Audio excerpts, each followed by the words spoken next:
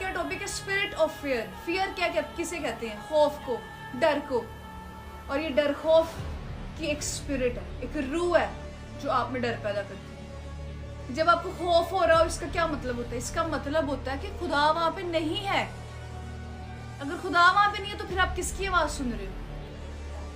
शैतान की आवाज सुन रहे हो। तो शैतान की आवाज को सुनने को खौफ कहते हैं। अपने डायरी पे लिखो, खौफ शैतान का दरवाजा है जिसके जरिए वो आता है। जो डर और खौफ है ये एक एंट्रेंस गेट है। अभी आपके घर में चोर आ जाते हैं, आप रोई जा रहे हो, चोर आ गए, चोर आ गए, चोर आ गए, लेकिन ये देख ही नहीं रहे कि आ कहाँ से रहा है। तो हमने कहीं ना कहीं से उसके लिए गेट खोला हुआ है जहाँ से वो एंटर हुआ है। ऐसे ही खौफ जो है, डर, वो अबलीस के आने का गेट है।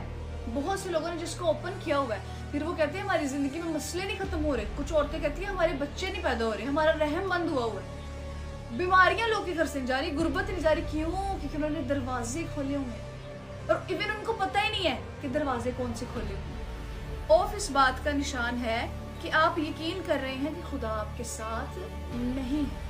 अगर आपको इस बात का यकीन होगा कि खुदा आपके साथ है तो फिर आप ना डरेंगे, ना आपको सोच आएगी, ना आपको खौफ आएगा, कुछ भी नहीं होगा। मीन्स टू से खुदा की प्रेजेंस जहाँ पे नहीं है वहां पे किसकी प्रेजेंस है? तो फिर आप किसकी वॉइस को सुन रहे हो? शैतान की आवाज को सुन रहे हो। जब आपने उसकी आवाज को सुन लिया, फिर आपने क्या किया? उस पर रिएक्ट किया और फिर आपने उसके लिए गेट खोल दिया। वो गेट उसके लिए खुल जाता है, ओपन हो जाता है, फिर वो उस गेट से आ जाता है। और फिर हम यही करते रहते हैं। हम दुआएं भी कर रहे हैं, आधी आधी रात को उठ के दुआएं कर रहे हैं, 4-4 घंटे प्रेयर कर रहे हैं, हफ्ता हफ्ता हम रोजे में ठहर रहे हैं। क्यों हमारे घर से मुसीबतें नहीं जा रही? क्यों हमें ख्वाब अच्छे नहीं आ रहे? क्यों हम पे दुआओं पड़ रहे हैं? वो इस वजह से क्योंकि हमने कहीं ना कहीं गेट खोला हुआ है। बड़े लोग कहते हैं कि शायद मेरे में कोई कमी है, मेरी स्पिरिचुअल लाइफ में कोई कमी है, मैंने सब कुछ छोड़ दिया यीशु के लिए। फिर क्यों? आपकी स्पिरिचुअल लाइफ के अलावा आपने कुछ गेट्स खोले हुए हैं, आपको नहीं पता। अब ये पौलुस रसूल का खत है इफिसियों, ये लिखा हुआ है पौलुस ने। वो क्या कह रहा है? गर्ज खुदावंद में और उसकी कुदरत के जोर में मजबूत बनो। अब उसने पहली लाइन में हमें क्या सिखाया है? पहली लाइन में उसने ये कहा है कि शैतान का मुकाबला करो तो तुमसे भाग जाएगा? नहीं। अब उसने ये कहा है शैतान को इग्नोर करो, उसको अटेंशन चाहिए होती है इसलिए उसने ये कहा? नहीं। उसने क्या कहा है? गर्ज खुदावंद में और उसकी कुदरत के जोर में मजबूत बनो। मीन्स टू से ये जो स्पिरिचुअल जंग है, ये जो हमें डर खौफ होता है, इसको दूर करने के लिए स्टेप वाइज प्रोसीजर है। प्रेयर जरूरी है, राइट प्रेयर ज्यादा जरूरी है। आज लोग, बहुत से लोग दुआएं तो कर रहे हैं लेकिन सही दुआएं नहीं कर रहे। आप किसी डॉक्टर के पास जाते हैं तो आप उसको क्या कहते हैं? जी मेरे सर में दर्द है, मुझे कोई भी दवाई दे दो। कहते हो मेरे सर में दर्द है, मुझे सर की दवाई चाहिए। आप कहते हो मेरे पेट में दर्द है, मुझे पेट दर्द की दवा चाहिए। स्पिरिचुअल जंग में हमारा मसला चल रहा है जी, हमें ख्वाब बुरे आ रहे हैं, हमें डर खौफ है, तो उसके लिए पौलुस रसूल बता रहा है ना क्या? उसने पहला स्टेप बताया। उसने कहा है खुदावंद में उसकी कुदरत के जोर में मजबूत बनो। फर्स्ट स्टेप क्या है? मजबूत बनना है। यीशु ने आके मजबूत नहीं बनाना, खुदावंद ने आके मजबूत नहीं बनाना। किसने मजबूत बनना? हमने खुद मजबूत बनना। कैसे मजबूत बनना है? कलाम को पढ़ के। उसने अपना रूल कुदूस इसीलिए भेजा है, उसने अपना कलाम इसीलिए भेजा ताकि हम कलाम को पढ़े और मजबूत हो जाए। पौलुस रसूल ने हमें पहला स्टेप बताया। उसने डायरेक्ट तो नहीं कहा जी जाओ मैदान में जफाओ यीशु के नाम में, out in the name of Jesus. पौलुस रसूल लिख सकता था, उसने नहीं लिखा। वो क्या कर रहा है? तो स्टेप बाय स्टेप हमें लेके चल रहा है। इसीलिए पहली सीढ़ी, उसने पहला स्टेप क्या बताया है?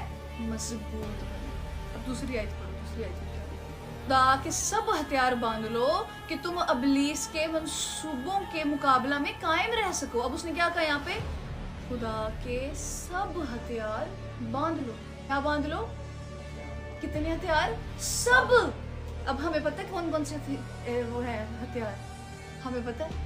अब वो कह रहा है कि उससे लड़ने के लिए ना हथियारों को बांध लो। कौन से हथियार? Do you know? Do you know? Nobody know. पता ही नहीं है, बताया ही नहीं क्या, हम लोगों को टीचिंग ही नहीं दी गई। क्यों? पौलुस रसूल दे रहा है, यही बता रहा है। पहला स्टेप है मजबूत होना और दूसरा स्टेप है हथियार बांधने हैं। कितने? सारे। अब हमारे पास क्या हथियार है? उन सब हथियारों में से कलाम भी एक हथियार है, लेकिन एक हथियार है, बाकी हथियारों को भी पता नहीं। फॉर एग्जाम्पल पाकिस्तान इंडिया की जंग हो रही है, इंडिया सारे हथियारों को साथ आया हुआ है, हमारे पास सिर्फ एक चाकू है, हम लड़ पाएंगे? फिजिकली भी तेरे पास एक वेपन होगा, मेरे पास कुछ भी नहीं है जी, मैं आ जाऊँ, यीशु मेरे साथ है, तू मुझे गोली मार दे, क्या होगा मेरे साथ? यीशु ने आके बचा लेना? नहीं, मैं मर जाऊंगी। क्यों? क्योंकि मेरे पास हथियार ही नहीं है। अब जंग में हम गए हुए हैं जी, यीशु मेरे साथ है और जी मैं जंग जीत जाऊंगा, और फिर आप पे दबाव पड़ जाता है, या आप इब्लीस आपको बीमारी लगा देता है, या आपके खानदान में लड़ाइयाँ पैदा करवा देता है, और फिर आप कहते हो जी यीशु मेरे साथ है, ये क्यों हो रहा है? यीशु आपके साथ है, लेकिन उसने हथियार तो दिए है ना। जंग किससे होगी? हथियारों से होगी। और हथियार क्या है हमें पता ही नहीं क्या। यीशु का एहतराम करते हुए बदरूहों को जाना पड़ता है। यीशु नाम ही ऐसा। अब जो इब्लीस है ना, जब वो आता है ना अटैक करने, वो पूरी तैयारी के साथ आता है, पूरे हथियारों के साथ आता है, और वो हम पे हंसता है, ये देखा है बेवकूफ। क्यों? क्योंकि उसको पता है इसके पास हथियार नहीं है, वो हंसता है। क्यों? हमारी जो कम्युनिटी है वो क्या? यीशु मेरे साथ है। यीशु आके अपना काम करके कुर्बान होके खून बहा के चला गया, वो दोबारा आके खून नहीं बहा सकता। अब क्या करना है? अब जो भी करना है हमने करना है, उसके कलाम के जरिए, उसके रूह कुदुस के जरिए जो उसने हमारे अंदर दिए।